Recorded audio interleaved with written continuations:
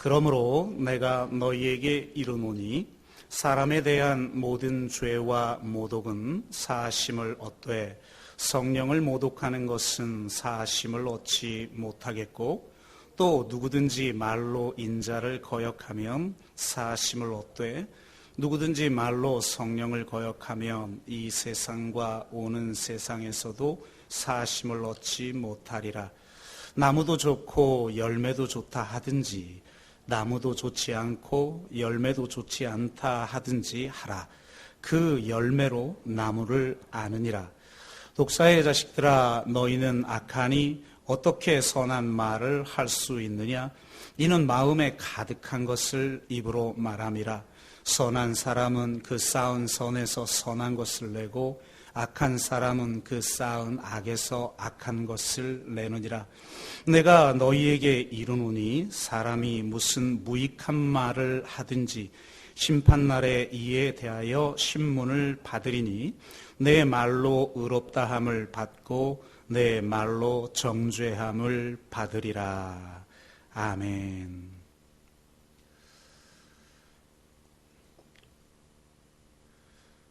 네, 반갑습니다. 정말 습도가 높아서 짜증나는 그런 날씨에서도 이렇게 주님 앞에 예배 드리러 온 그리스도 안에서 한 가족인 여러분들을 환영하고요. 우리 앞뒤 좌우로 한번 서로에게 인사할까요? 잘 오셨습니다. 네, 주님 안에서 한 가족됨을 축복합니다. 네, 힘들고 많이 지친 분들도 계셔서 그동안 좀 쉬운 주제들을 가지고 또 제가 최근에 낸 책들의 내용들을 좀 소개하면서 주제 설교를 했었는데요. 이제 다시 마태복음으로 돌아가겠습니다. 마태복음을 다시 시작하는데 지난번 끝낸 본문 다음 본문이 만만치 않은 본문이 걸렸어요. 바로 소위 성령 해방죄에 대한 내용이 담긴 본문입니다. 어거스틴은 이 본문을 향해 성경에서 가장 중요하고도 가장 어려운 질문을 담고 있는 말씀이다라고 했습니다. 그만큼 많은 주제들이 내포되어 있는 말씀이죠. 사실 이런 여러 가지 의미들을 담고 있는 그런 말씀들은 함부로 이런 뜻이다라고 확정짓지 않고 다양한 보편적 해석들을 좀 수용하는 것이 매우 중요합니다. 이것이 성경 해석학에서 중요한 원리 중에 하나인데요. 이 말씀을 이런 원칙을 지키지 않고 함부로 사용하는 경우들이 예전에는 참 많았죠. 이런 목사가 있었다고 그래요. 주일 전날 열심히 기도하고 성령께 응답을 받았다고 하면서 주일 강단에 서서 이렇게 말했다고 합니다. 내가 밤새 기도하여 성령께 받아서 내린 결정이니까 이 결정은 무조건 따르십시오. 이 결정을 반대하면 그건 성령 회방죄입니다.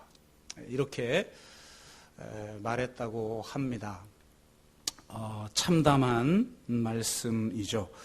이 말씀이 왜 잘못됐습니까? 첫째는 성령께서 목사 한 사람에게만 말씀하신다라는 오만을 가졌기 때문입니다. 하나님은 모든 성도들에게 말씀하시는 분인 줄로 믿습니다.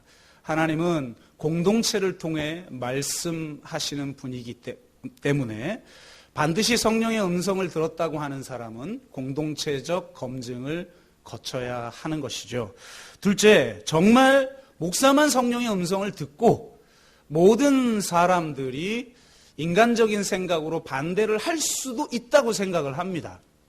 그러나 문제는 위에 소개한 목사의 성경적 적용은 매우 잘못된 적용이라는 것이죠.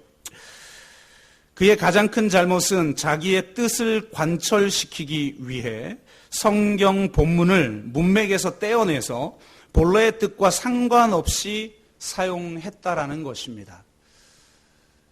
일상적인 문제들을 가지고 성령 회방죄라고 하는 무서운 말을 함부로 사용한 잘못을 그는 범한 것이죠. 우리는 하나님의 말씀을 바로 분별해야 하고 그 말씀의 앞뒤 맥락을 정확하게 이해하여서 하나님이 어떤 뜻으로 그런 말씀을 우리에게 전하고 있는지를 바로 알아 그 하나님의 말씀대로 살아내야 하는 사람들인 줄로 믿습니다. 그러므로 많이 어려운 본문이지만 이 본문을 통해서 우리에게 주시는 하나님의 도전이 무엇인가를 함께 나눔을 통해서 정말 주의 뜻대로 실천하며 살아가는 저와 여러분 되시기를 주의 이름으로 축복합니다. 성령 회방죄라는 게 도대체 뭐냐? 크게는 세 가지를 나눌 수 있는데요. 제가 일부 예배를 해보니까 이게 시간이 많이 늘어지더라고요. 그래서 두 가지만 제가 소개를 하겠는데요. 우리가 그래도 성경에 위배되지 않는다라고 인정하고 있는 두 가지 해석입니다. 첫째는 성령 회방죄라는 게 뭐냐? 예수님의 신성을 부정하는 사람들의 죄다라는 것이죠. 오늘 본문에 나타난 바리새인들이죠.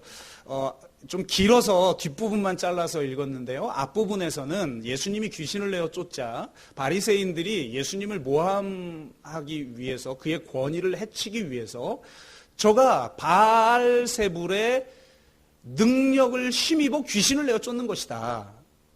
이렇게 이야기를 합니다. 바알세불이라는 뜻은 당대 마귀의 왕이라는 뜻이고 원어 자체는 파리 대왕이라는 뜻이에요. 그러니까 귀신들의 왕의 힘을 빌어 귀신을 내어 쫓는다라고 말을 하는 거죠. 예수님이 너무 어이가 없어가지고 아니 한 집안에서 분쟁이 일어나면 집안이 서겠냐? 한 나라에 서로 분쟁이 있으면 나라가 세워지겠냐? 어떻게 귀신의 왕의 힘을 빌어서 귀신을 내어 쫓느냐? 그러면 나라도 세워지지 않고 집도 세워지지 않는다. 말도 안 되는 소리다. 그러면서 또 이렇게 말을 합니다. 너희들의 아들들 중에도 귀신을 내어 쫓는 사람이 있지 않냐? 당대 문헌을 보면 랍비 퇴마사들도 있어요. 랍비 중에 귀신을 내어 쫓는 사람들도 있었습니다. 그러면 너희의 자녀들은 무엇으로부터 힘을 얻어 귀신을 내어 쫓는 거냐? 그럼 그것도 파리 대왕 바알세불의 힘입어 귀신을 내어 쫓는 거란 말이냐? 귀신을 내어 쫓는 건 전부 그런 바알세불의 힘을 빌어서 귀신을 내어 쫓는 거냐? 이렇게 말도 안 되는 자기 당착과 자기 모순을 가지고 너희들은 나를 지적하고 있다라고 주님이 반박하는 그런 대목이죠. 그런 대목 속에서 오늘 이 본문이 나왔다는 거예요. 그러니까 이 본문은 아주 특별한 맥락 속에서 아주 공개적이고 의도적이고 아예 거짓과 왜곡을 통하여서 성령이 하시는 일을 방해하는 죄에 대해서 말하는 대목이라는 거예요. 우리가 연약하여서 예수님을 믿는데도 불구하고 짓는 그런 죄들이 아니에요. 오늘 성경을 개역 개정으로 읽었는데 개역 개정이 약간 이 본문만큼은 이전 번역보다 좀 잘못된 번역인 것 같아요. 사람에 대한 죄는 용서받는데 성령을 모독하는 죄는 용서 못 받는다. 이렇게 돼 있다 보니까 사람한테 지은 죄는 용서받지만 하나님 앞에 지은 죄는 용서 못 받는구나. 이렇게 이해하기 쉬워요. 그런데 원래 개역 한글에는 뭐라고 번역되어 있냐면 사람의 모든 죄와 회방은 용서받으나 성령을 회방하는 죄는 용서받을 수 없다라고 번역이 되어 있어요. 그러니까 개역 한글은 인간의 모든 죄, 수평적인 죄든 수직적인 죄든 인간에 대한 죄든 하나님에 대한 죄든, 사실 인간에 대한 죄마저도 궁극적으로는 하나님에 대한 죄이기 때문에 우리가 하나님 앞에서 회개하는 것 아닙니까? 그 모든 죄를 용서받을 수 있는 거예요. 그렇지 않다면 어떻게 사도 바울, 그리스도인들을 핍박했던 사도 바울이 위대한 사도가 될 수 있었습니까? 사도 바울은 그리스도인들을 핍박했고 예수님을 부인했지만 그는 다메섹 도상에서 부활하신 예수 그리스도를 환상 가운데 만나 완전히 꼬꾸라지고 회개하고 주께로 돌이켜 위대한 사도로 부름받은 줄로 믿습니다. 그러므로 인간이 지은 하나님 앞에서의 죄든 사람에 대한 죄이든 여러분 다 용서받을 수 있는 줄로 믿습니다. 그런 모든 죄를 용서하시기 위해 예수 그리스도께서 이 땅에 오셔서 십자가에서 죽으신 거예요. 그럼 성령을 회방하는 죄는 뭐냐? 바로 그 예수 그리스도를 증거하시기 위한 성령의 역사 자체를 왜곡하고 부인하고 적대하는 노골적이고 공개적이고 지속적인 악의적 반대. 이게 바로 지금 이 바리새인들의 행위이기 때문에 그런 거죠. 여러분, 우리가 성령이 아니고서는 예수를 주라 시인할 수 없다고 성경은 되어 있습니다. 성령의 역사를 통해서만 우리는 예수 그리스도를 주라 시인할 수 있는 거예요. 근데 바로 그 성령의 역사 자체를 원천적으로 부정하고 차단하고 왜곡시키고 적대한다면 그가 하나님께로 돌아갈 수 있는 다리를, 마지막 다리를 그 스스로 무너뜨린 거죠. 그러니까 진정으로 용서받을 수 있는 기회를 스스로 차단해버린 행위이기 때문에 성령 해방죄는 용서받을 수 없다라고 말하고 있는 것입니다. 그래서 첫 번째는 바로 예수 그리스도를 증거하는 성령의 역사 자체를 원천적으로 악의적으로 부인하고 있는 이 바리새인들과 같은 무리들의 죄를 성령 해방죄라고 말한다는 거예요. 그러니 성령으로 응답받았는데 그 의견에 반대한다고 해서 무슨 성령 해방죄니, 이건 정말 성경을 자의적으로 해석한 겁니다. 그리고 진짜로 그것 때문에 제가 고통을 겪고 있는 사람들 참 많이 만났어요. 이전에 있었던 교회의 교구 집사님은 제가 우리 전도사님하고 여자 전도사님하고 그분의 남편하고 넷이서 몇 번을 만나서 내적 치유 사역을 개별적으로 했는지 몰라요. 그런데 웬만한 것들은 과거로 돌아가서 무엇 때문에 상처가 있고 지금 어떤 역동이 일어나는지를 밝혀내고 해결하는데, 진짜 해결이 어려웠던 게 뭐냐면 이분이 자꾸 자기는 성령 해방죄 죄를 저질렀다는 거예요. 그러니까 나는 용서받지 못한다는 거예요. 이걸 확실하게 믿어요. 대단한 믿음이에요. 그러니까 이것 때문에 이 치유가 궁극적으로 가는 게 너무 어려웠다는 거죠.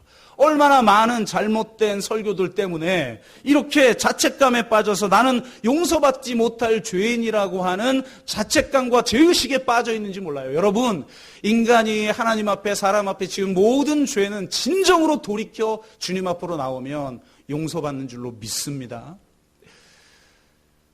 그러므로 첫 번째 의미는 바로 예수님의 신성, 그분이 하나님의 아들이시고 이 땅에 성육신하셔서 우리의 모든 죄를 사하시고 하나님 나라 백성이 되어 진정으로 하나님의 통치를 이 땅 가운데 실현하는 삶을 살도록 부름받은 하나님의 백성들인 줄로 믿습니다. 우리는 그것을 인정하는 사람들이기 때문에 지금 여기에서 말하는 성령 회방죄하고는 우리가 연약하여 짓는 죄하고는 차원이 다르다라는 것을 분명히 이해하기를 바라고요. 또 다른 이 성령 회방죄에 대한 가장 중요한 해석은 우리가 일상적으로 우리가 연약하여서 넘어지고 또 죄를 짓는 그런 정도의 죄가 아니라 이 성령 회방죄에 해당하는 정도의 죄는 바로 신앙을 버리는 행위다. 그러니까 한마디로 말하면 배교의 행위다라고 해석을 합니다. 대표적인 것이 히브리서 6장 4절에서 6절 말씀이죠. 한번 비춤을 얻고 하늘의 은사를 맛보고 성령에 참여한 바 되고 하나님의 선한 말씀과 내세의 능력을 맛보고 타락한 자들은, 이것은 배교 행위를 의미하는 거예요. 타락한 자들은 다시 새롭게 하여 회개케 할 수 없나니 이는 자기가 하나님의 아들을 다시 십자가에 못 박아 현저히 욕을 보임이라 라고 말하고 있어요. 이 배교라는 것은 예를 들면 저 같아도 잘하면 배교할 수 있는 사람이라고 생각을 해요. 물론 하나님 앞에 서원하면서 주님 원샷입니다. 제가 한번 간증을 했지만 한 방에 가게 하셔야지, 순교하게 하셔야지 막 고문받고 이러면 저는 연약하여서 부인합니다. 제가 부인하면 그건 하나님 책임입니다.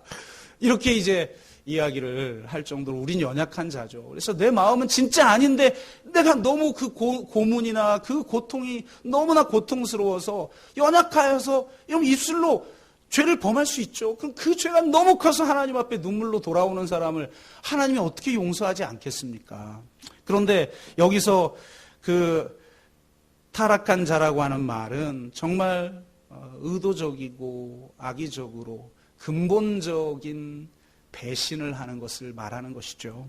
그래서 이 전통적으로 개신교와 카톨릭 모두 바로 이 해석을 가장 보편적으로 성령 해방죄에 해당하는 것으로 생각을 한다는 겁니다. 그러나 저는 앞서 소개한 첫 번째의 관점과 이 두 번째의 관점 모두가 다 해석 가능한 거라고 생각합니다.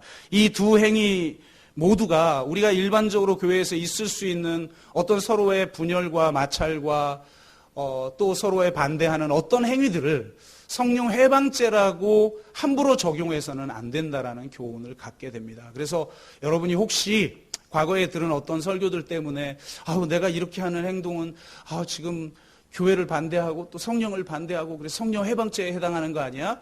라고 생각하고 고뇌를 겪으신다면 반드시 기억하십시오. 성령 해방죄를 저지르는 사람은 절대로 그런 고민 안 한다는 거. 내가 고민하고 있다는 것 자체가 성령 해방죄에 해당하지 않는다라는 사실을 꼭 기억하셔서 쓸데없는 자책감에 빠지지 않으시기를 주의 이름으로 축복합니다. 자, 이제 그러면 본론으로 들어갑니다. 이 성령 회방죄에 대한 말씀을 하시고 나서 주님은 놀랍게도 열매에 대한 말씀과 언어에 대한 교훈을 하고 있다는 거예요. 여러분, 이 열매에 대한 말씀과 언어에 대한 말씀이 그냥 뜬금없는 상황에서 나온 게 아니라 지금 이 12장 중반부터 나오고 있는 이 귀신을 내어 쫓은 예수님을 적대하면서 성령을 회방하고 있는 바리새인들을 향해서 지금 하고 있는 말이라는 거예요. 그러므로 여기서 말하는 악한 말이라고 하는 것은 성령을 회방하는 정도의 말이라는 의미를 1차적으로는 가지고 있죠. 그런데 이 열매라고 하는 말을 하시는 하나님의 의도가 있어요. 그것은 단지 이 악한 나무이기 때문에 악한 열매를 맺는 자들을 정죄하는 그 정도의 메시지가 아니라 진짜 선한 나무는 선한 열매를 맺을 수밖에 없다는 도전을 이 상황에서 우리에게 다시 하고 있다는 거예요. 그 열매로 그 나무를 안다라고 하는 말씀은 이미 마태복음 7장에서 하고 계십니다. 바로 거짓 선지자에 대한 교훈을 말씀하시면서 그들에게 미혹되지 말라고 말씀하십니다. 열매로 그들을 알게 될 거라는 거예요. 그들이 무슨 말을 하느냐? 심지어는 거짓 선지자들이 진리를 이야기할 수 있습니다. 여러분, 예수님을 유혹한 사단도 하나님의 말씀을 인용해요. 진리를 사용해요. 중요한 것은 열매라는 겁니다. 그래서 열매로 그들을 알 것이다. 주여 주여 하는 자마다 천국에 들어가는 것이 아니라 아버지의 뜻대로 행하는 자라야 천국에 들어가느니라. 그러므로 누구든지 나의 이 말을 듣고 행하는 자는 그 집을 반석 위에 지은 지혜로운 자와 같느니라. 이렇게 마태복음 7장에서 이미 이야기하고 있어요. 그러니까 열매로 그들을 알리라의 의미가 무엇인지를 이미 분명하게 우리에게 제시해 주고 있다는 것입니다. 그것을 다시 한번 확인시키고 있는 거죠. 열매란 결국 하나님의 말씀이 무엇인지를 바로 알아 그 말씀이 내 말씀이 되고 그 말씀이 육화되어져서 그 말씀을 듣고 순종하는 것입니다. 그래서 열매를 맺게 되는 거예요. 그런데 여기서 중요한 것은 하나님의 말씀은 객관적으로 주어지는 것이 아니라 그 말씀이 내 말씀이 되는 과정에서 그 말씀이 해석되어지고 성령이 그 말씀을 조명하여 주셔서 다시 말씀을 새롭게 재해석하고 깨닫게 하시고 분별하게 하시고 나의 말씀으로 받아들이게 하신다는 겁니다. 여러분, 성경의 말씀들을 우리가 성경의 용어들을 바로 이해해야 할 필요성들이 있는데요.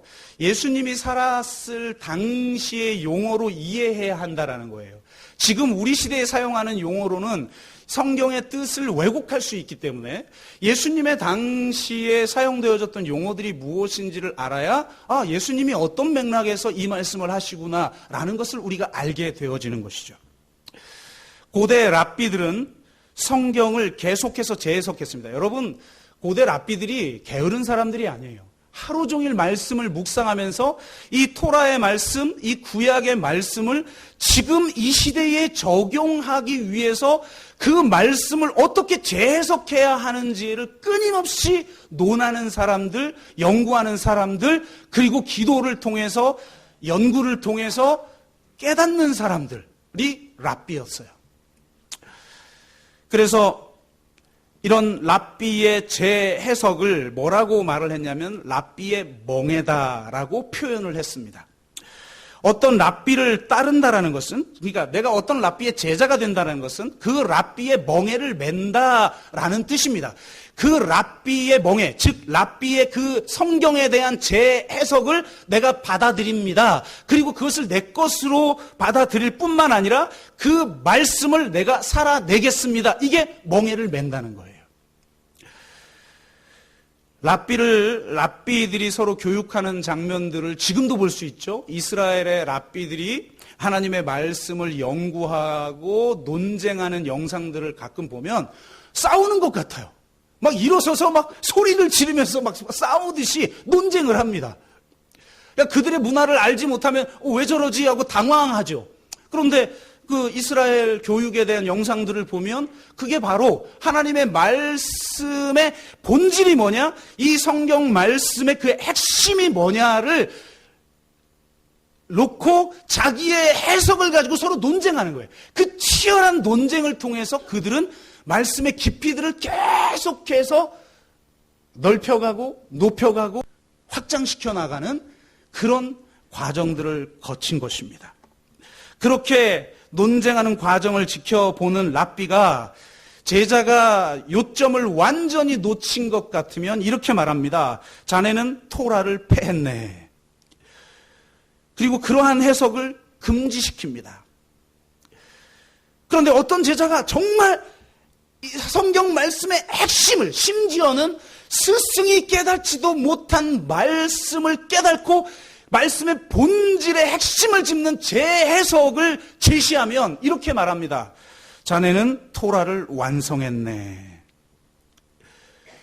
그래서 예수님은 율법을 폐하러 오신 것이 아니라 완성하러 오셨다는 거예요. 그래서 예수님은 당시 랍비들처럼 모세는 이렇게 말하나 나는 이렇게 말한다 라고 말하면서 그동안의 토라에 대한 혹은 성경 말씀에 대한 해석들을 재해석해내면서 이 재해석이야말로, 이 멍에야말로 진정으로 성경을 완성하는 말씀이다라고 주님은 선포합니다. 랍비들이 금하고 허락하고 해석하는 끊임없는 과정을 가리키는 전문 용어가 있습니다. 바로 매고 푸는 것이라고 합니다. 당대 랍비들은 어떤 특정한 해석을 금지시킬 때 그것을 맨다라고 말합니다. 푸는 것은 그것을 허락하는 것을 의미합니다. 그리고 당대 매고 푸는 권세는 바리새인들에게 있었습니다. 그들은 모든 공공의 문제의 집행자가 되었는데 매고 푸는 일뿐 아니라 누구를 추방하고 다시 받아들이는 일까지 결정할 권위가 그들에게 있었던 거예요. 그러니까 매고 푸는 권세가 그들에게 있는 거예요. 당시 모든 사람들이 그렇게 인정했어요. 그런데 전혀 새로운 이상한 랍비, 전혀 들어본 적도 없는 말씀을 선포하는 랍비, 이전의 해석과는 완전히 다른데 정말 완전한 권위를 가지고 그 말씀을 지금 여기에 실체화시키고 있는 새로운 랍비들을 그들이 보고 놀라는 거예요. 산상수훈을 마치고 나니까 사람들이 지금까지 이런 말씀을 들어본 적이 없다라고 그러면서 다 놀랍니다. 예수님의 그 권위를 보고 놀랍니다. 예수님은 배고프는 권세가 궁극적으로 자신에게 있다고 선포합니다. 왜 그렇습니까? 하나님의 아들이기 때문이죠. 그분이 진정으로 하나님의 말씀이 무엇인지 그 본질, 그 핵심을 내가 이제 너희들에게 드러내겠다. 너희들에게 새로운 멍에를 제시하겠다. 그러면서 새로운 말씀을 그들에게 제시합니다. 대표적인 것이 산상순이죠. 너희들은 이렇게 살아라.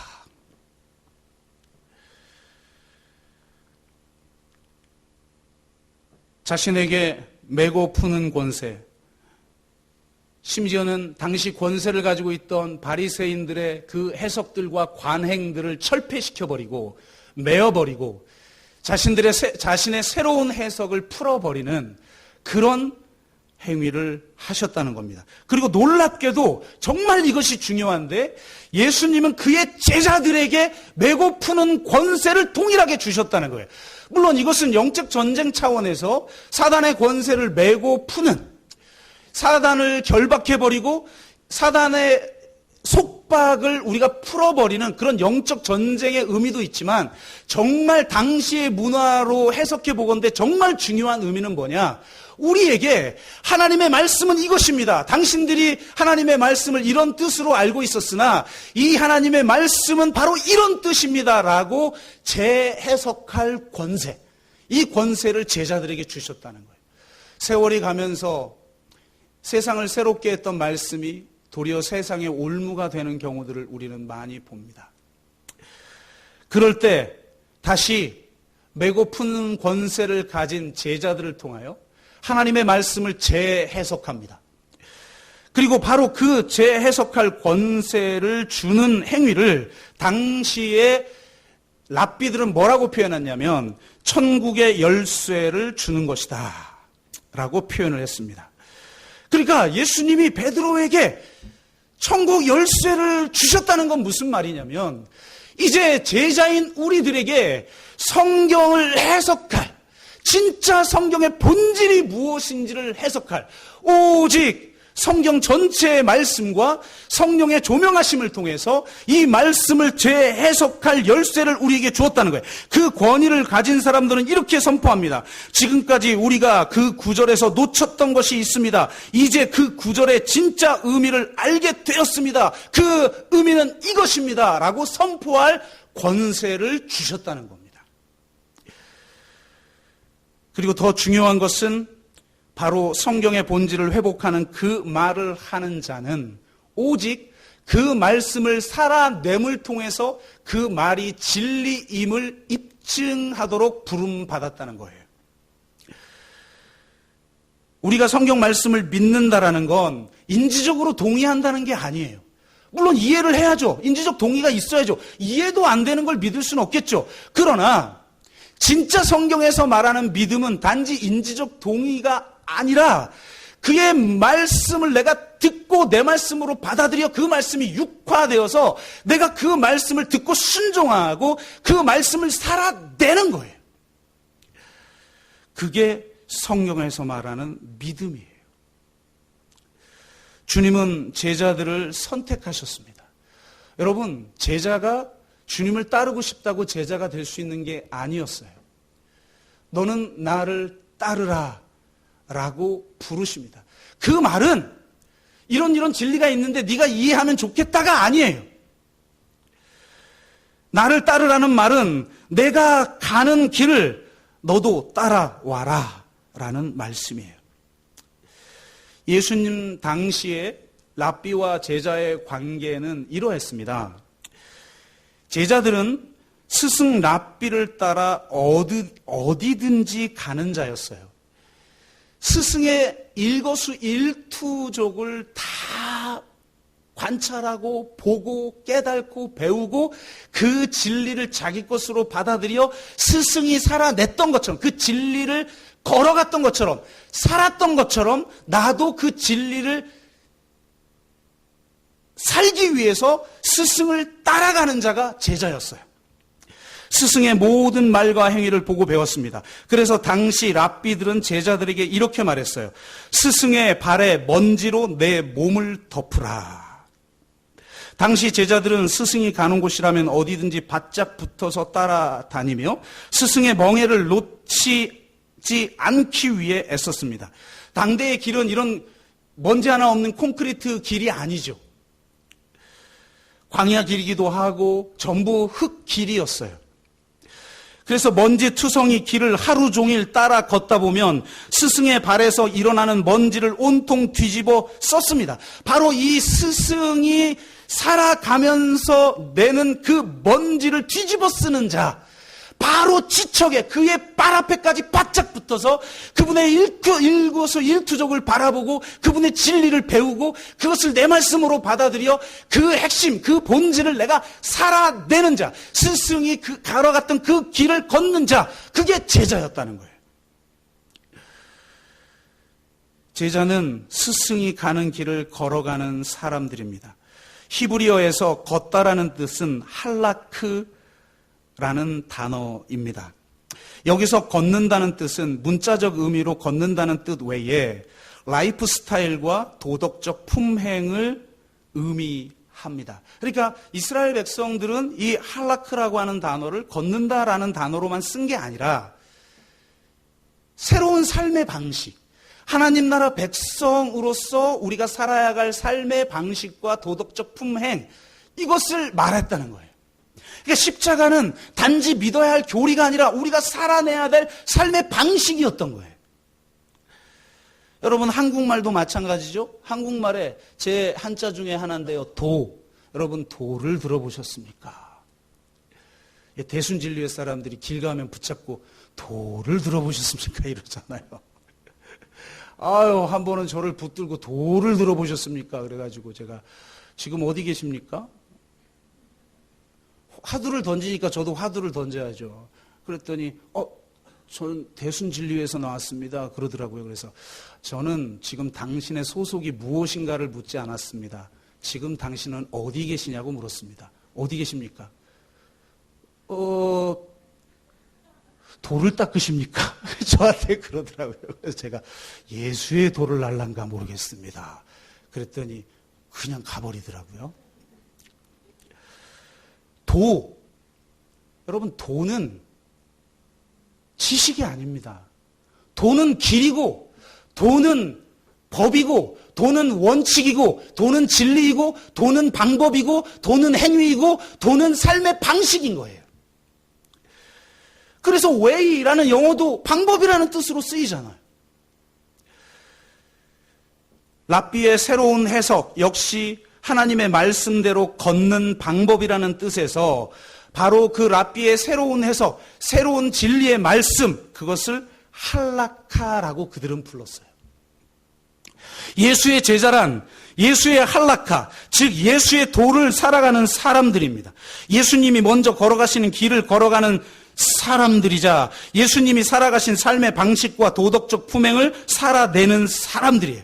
제자는 그렇게 그분의 발자취를 따라 걸어가면서 그 길의 일부가 되어야 하는 거예요. 그게 제자예요. 우리는 제자가 되도록 부름받은 사람입니다. 우리는 단순히 기독교인이 되기 위해, 신자가 되기 위해 살아가는 사람이 아닙니다. 우리는 그분이 걸어가신 그 길을 걷는 사람들입니다. 예수의 도를 쫓는 사람들입니다. 예수의 도를 살아내는 사람들입니다. 인지적 동의에 머무는 믿음이 아니라 바로 주님이 걸어가신 그 길을 깨닫고 듣고 순종하여 살아내는 사람, 진정한 열매를 맺는 사람들이 제자라는 것입니다. 주님이 나를 따르라고 말씀하실 때 그것은 이런 의미입니다. 너는 나의 제자가 되라. 내 해석을 매는 자가 되라. 나의 멍에를 매는 자가 되라. 너는 나처럼 되라. 그리고 너는 나처럼 될 수 있다. 여러분, 제자는 예수님이 뽑았습니다. 내가 이 교회 나가고 싶고 이 종교 믿고 싶고 저래서 우리가 주의 제자들이 되는 게 아니에요.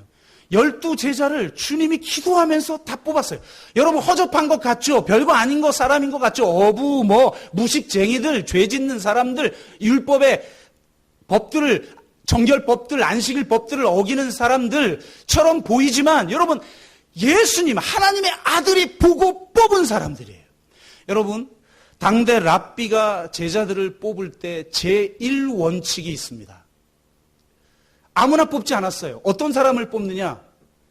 나처럼 살 수 있는 사람을 제자로 뽑습니다.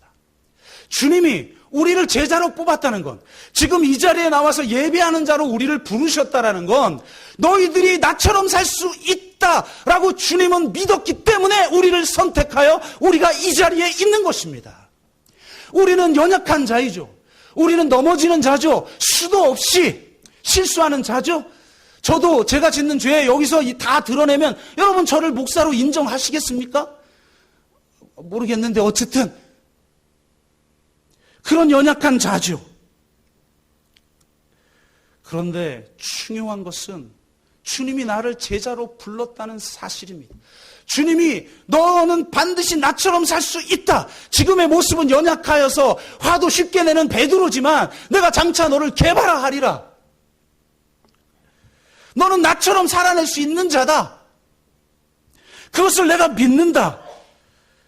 라고 주님은 말씀하시며 우리를 제자 삼았습니다.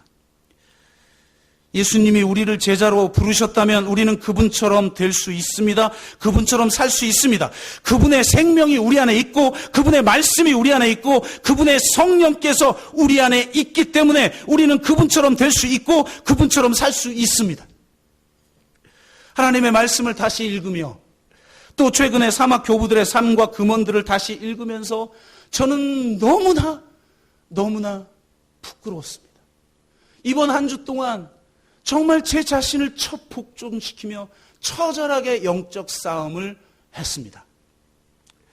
제 자신을 돌아보면서 제가 얼마나 세상과 타협하고 죄와 타협하고 내 한계들과 타협하고 스스로 적당한 수준에서 나는 괜찮은 사람이야 라고 스스로 판단하면서 이 정도만 해도 대단하지, 다른 사람에 비교하면 괜찮지 라고 스스로 자신을 정당화하면서 나는 하나님의 말씀을 온전하게 지킬 수 있는 사람이 아니라고 스스로 자기 제안을 하면서 살아갔던 제 자신의 죄를 발견합니다.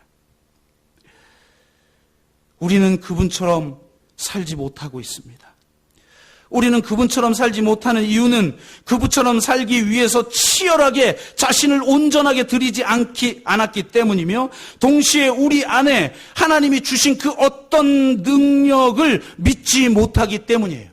여러분, 분명히 제자들은 예수님처럼 살았습니다. 아니, 예수님은 심지어 뭐라고 말하냐면 내가 너희에게 성령을 보낼 텐데 너희들은 나보다 더 큰 일도 행할 것이다. 사마리아인들을 향하여서 하나님, 저 하늘에서 번개를 내려 저들을 멸해버릴까야 라고 하면서 그들을 향해 분노하고 그들에게 진노하고 그들을 혐오했던 요한이 사랑의 사도가 됩니다. 예수님처럼 스데반은 자기를 죽이는 자들을 향하여 말합니다. 하나님, 저들이 알지 못하고 짓는 죄인이 용서하여 주옵소서. 예수님처럼 죽습니다. 심지어는 예수님 살았을 당시 아직 십자가와 부활을 경험해보지 못한 베드로조차 예수님처럼 무리를 걷습니다. 무리를 걷는 예수 그리스도께서 무리를 걸어오자 베드로가 말합니다. 자기를 제자로 삼았다면 예수님처럼 나도 될 수 있다라고 믿고 주님, 제가 바다 위를 걸을까요? 예수님이 그의 놀라운 고백을 듣고 걸으라. 그랬더니 베드로가 놀랍게도 무리를 걷습니다. 물론 그는 파도를 바라보고 두려워서 물에 빠집니다. 그럼 그럴 수 있습니다. 우리 연약하죠. 우리 베드로처럼 연약한 자입니다. 또 물에 빠지기도 하고 넘어지기도 하지요. 그런데 주여 살려주세요 라고 말하면 주님은 달려와서 건져주십니다. 그게 주님의 은혜예요. 얼마나 감사합니까? 우리 베드로처럼 화 잘 내고 베드로처럼 부인할 수 있는 사람이고 여러분 베드로처럼 연약한 사람이니 그런 베드로에게 손 내미시는 우리 주님이 우리의 주님이시니 얼마나 위로가 됩니까? 여러분, 주님 뜻대로 살아가려다가 넘어지고 쓰러질 때마다 반드시 기억하세요. 그런 나를 주님은 있는 그대로 기뻐하신다. 사랑하신다. 폭죽처럼 터지는 기쁨으로 나를 사랑하신다. 여러분이 너무나 못나 보이고 여러분이 너무나 한심해 보일 때 반드시 기억하십시오. 그런 나를 위해서 하나님의 아들 예수 그리스도가 십자가에서 죽으셨다는 겁니다. 그런데 더 놀라운 사실은 그런 베드로가, 예수님을 3번씩이나 부인한 베드로가, 우리가 거역할 수 없는 말씀은 베드로가 무리를 걸었다는 사실입니다. 예수님처럼 되었다는 사실입니다. 그가 물에 빠졌을 때 주님은 말합니다. 믿음이 적은 자여, 왜 의심하느냐?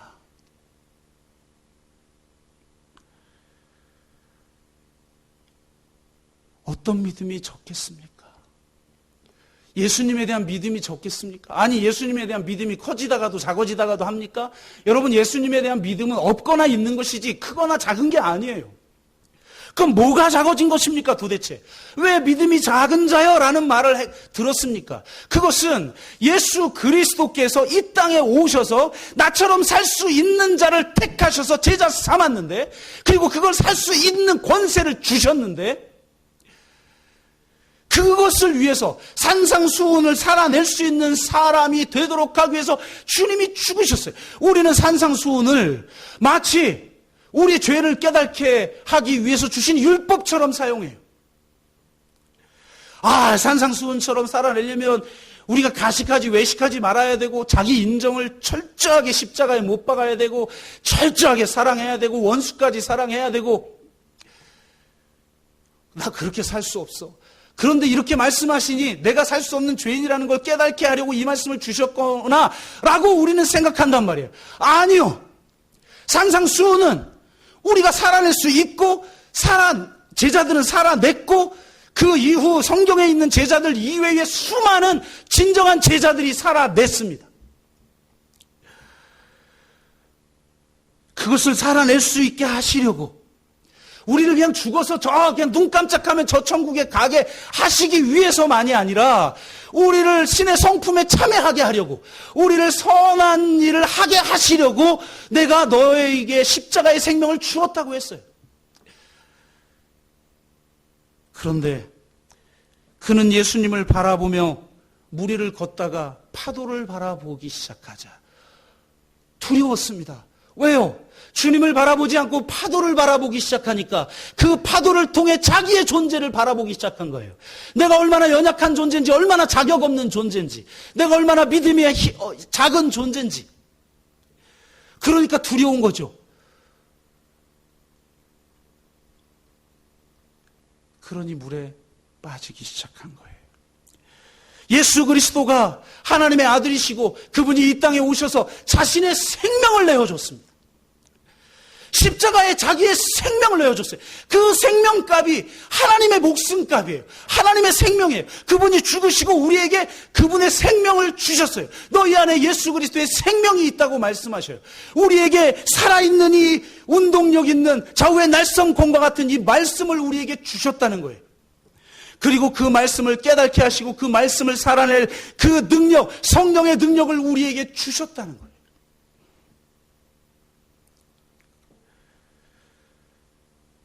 그 놀라운 걸 주셨는데 나는 할 수 없어요 라고 말을 하고 있다는 거예요. 이 정도면 괜찮지요 라고 말하고 있다는 거예요. 내가 얼마나 믿음이 없는 자인지 깨달았어요. 정말 내가 죄를 이길 수 없을 줄로 믿습니다라고 고백하고 있더라고요. 대단한 믿음입니다. 주님이 자기의 피값을 주셨고 생명을 주셨고 성령까지 주셨는데 나는 할 수 없을 줄로 믿습니다라고 고백하는 대단한 믿음을 제가 가졌더라고요. 잘못된 방향으로 믿음을 가졌더라고요. 하나님은 우리를 믿으셔요. 나는 너를 믿는다. 너는 나처럼 될 수 있다. 너는 이 말씀을 살아낼 수 있다. 그래서 내가 너를 택했고 그래서 내가 너를 제자 삼았다. 너는 또 물에 빠질 수도 있는 자이고 연약한 자이나 나는 그러나 너를 믿는다. 내가 주님을 믿는 믿음은 커졌다가도 작아졌다가도 위로 올라갔다가도 내 굴굽이 그냥 하강했다가도 그렇게 할 수 있어요. 그러나 하나님은 끝까지 우리를 믿으십니다. 그 하나님의 믿음을 붙드시기 바랍니다. 그 하나님의 믿음을 붙드니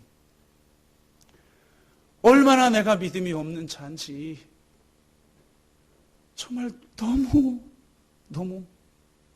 한 주간 동안 뼈저리게 느꼈습니다. 사랑할 수 있는데,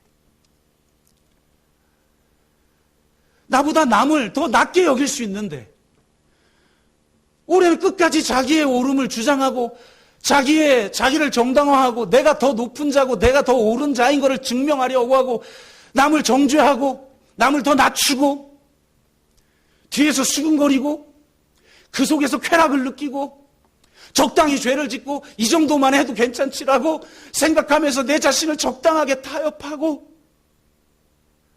그렇게 제가 살았더라고 말입니다.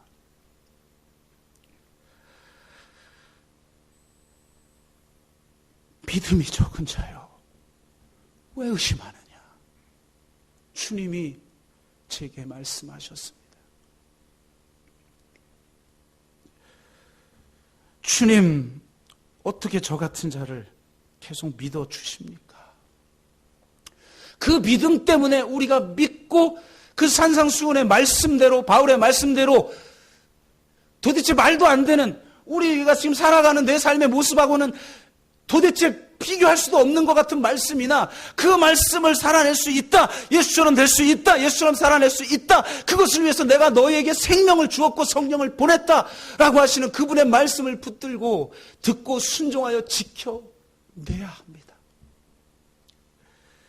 그 중에 가장 중요한 열매가 뭐냐? 언어입니다. 시간이 많이 가서 주변 말씀을 다 전하지는 못할 것 같으나 이 12장 전체의 맥락 속에서 12장에서 이게 완전히 바뀌어요. 구도가. 이전에 11장까지의 구도하고 이 12장서부터 본격적으로 예수님을 적대하는 세력과 갈등하면서 새로운 스토리가 이제 만들어지는 겁니다. 이 12절에서 가장 핵심적인 건 뭐냐? 너희가 선을 행하는 것과 악을 행하는 것, 너희가 생명을 살리는 것과 죽이는 것, 어느 것이 옳으냐라는 거예요. 예수의 길은 선한 길입니다. 예수의 길은 살리는 길입니다.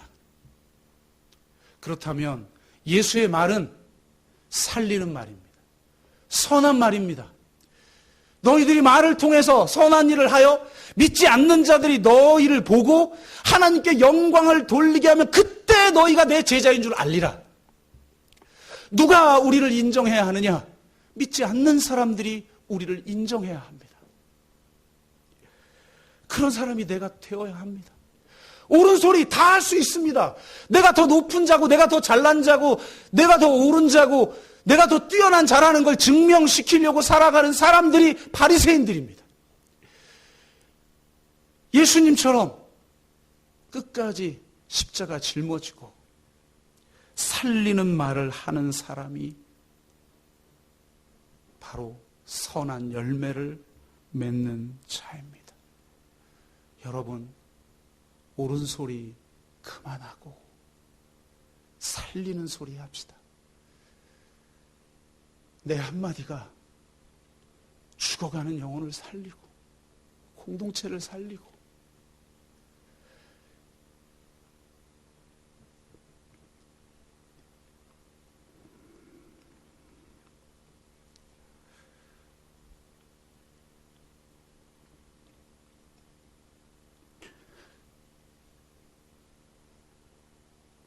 제가 그걸 가장 못하는 사람이라는 걸 깨달았습니다.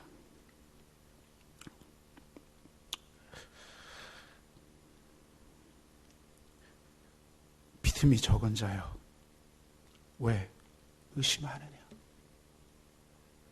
여러분, 살리는 말을 하시기를 주의 이름으로 축복합니다.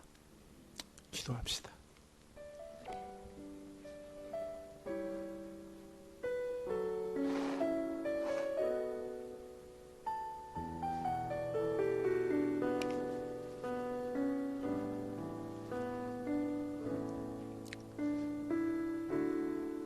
하나님의 아들이 이 땅에 오셔서 자신의 생명을 내어주셨습니다. 우리로 신의 성품에 참여케 하려고 선한 일을 이루시게 하시려고, 그 선한 일을 보고 세상 사람들이 하나님께 영광을 돌리게 하려고, 주님이 말씀하신 산상수훈을 살아내게 하려고, 그렇게 주님이 자신의 생명을 주셨는데 우리는 나의 옳음만 주장하고 정죄하고 판단하고 상처 입히고 내 뜻대로 고치려고 하고 수군거리고 사랑하지 못하고 정죄하고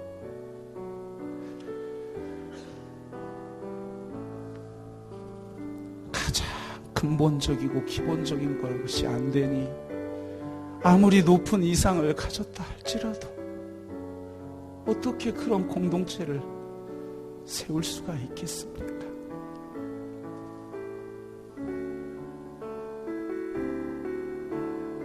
믿음이 적은 자여 어찌하여 의심하느냐.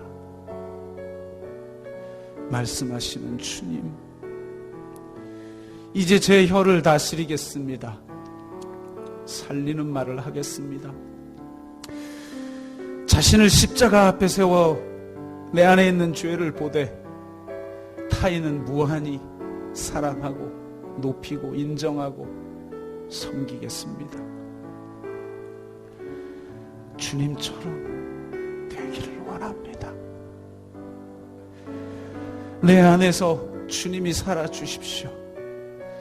내 힘으로는 되지 않습니다. 내 부모 한 분, 내 아내, 내 남편 한 사람, 내 자식 하나도 온전히 사랑할 수 없는 내 안에 주의 생명을 주셨고 성령을 주셨으니 그 말씀이 내 안에 육화되어 듣고 순종하는 삶, 주님이 먼저 가신 길을 살아내는 삶, 십자가의 도를 쫓는 삶, 주여 살게 하여 주옵소서. 그렇게 우리가 한번 같이 기도하겠습니다. 하나님,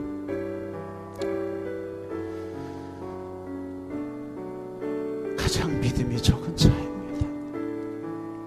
가장 사랑이 적은 자입니다. 스스로 만들어 놓은 한계 안에서 적당히 타협하며 죄와 싸우되 피 흘리고 싸우지 못했던 나의 모습을 봅니다.